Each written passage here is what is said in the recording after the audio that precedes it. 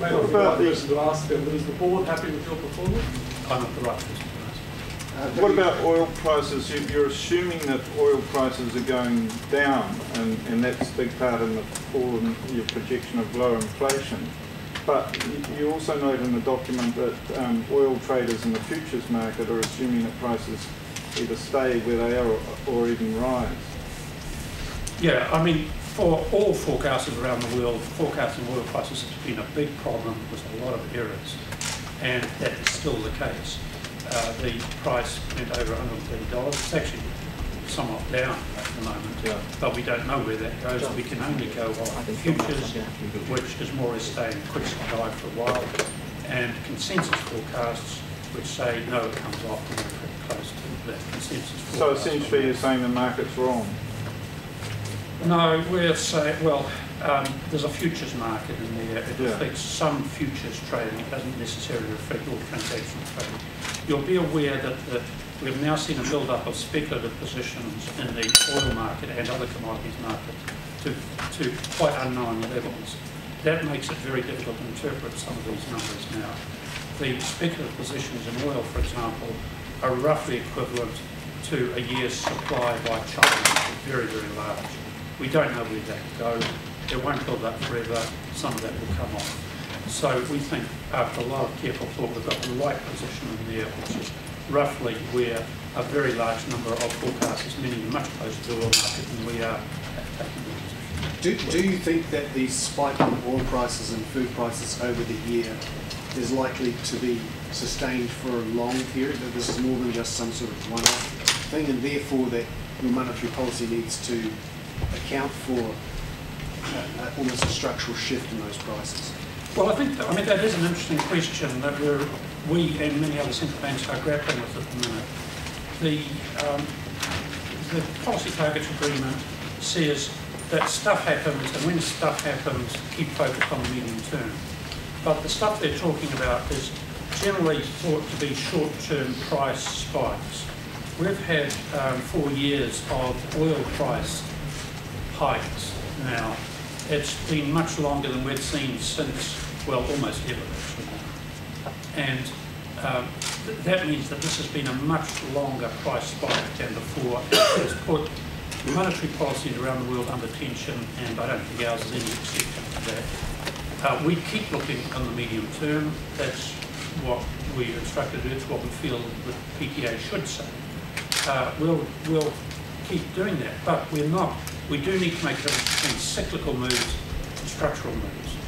And if the oil price is higher for a very long term, then that means New Zealand is poorer, and policies need to recognise that.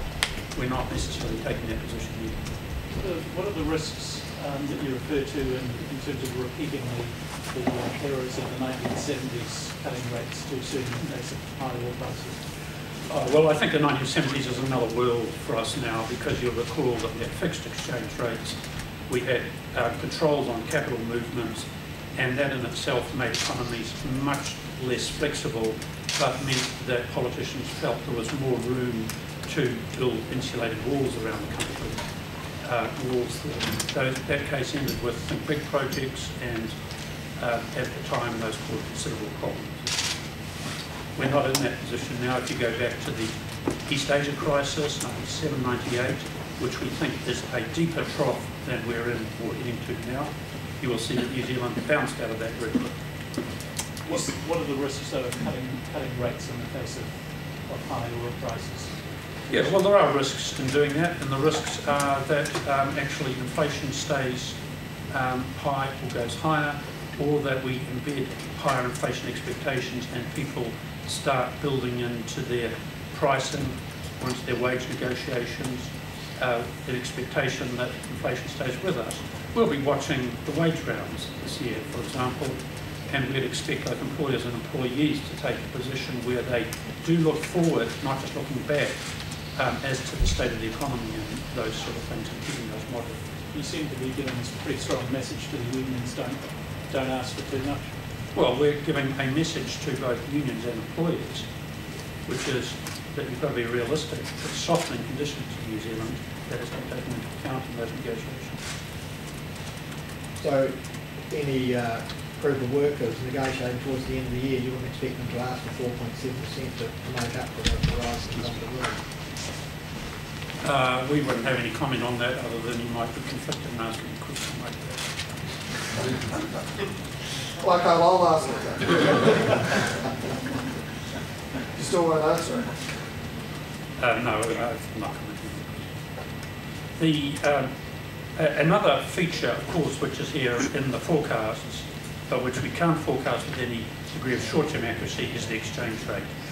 And one reason why we do have higher headline numbers now is the exchange rate has come off a few cents. That's broadly helpful for the New Zealand economy. It's already giving better export receipts. You saw it in the commodity prices that came out yesterday.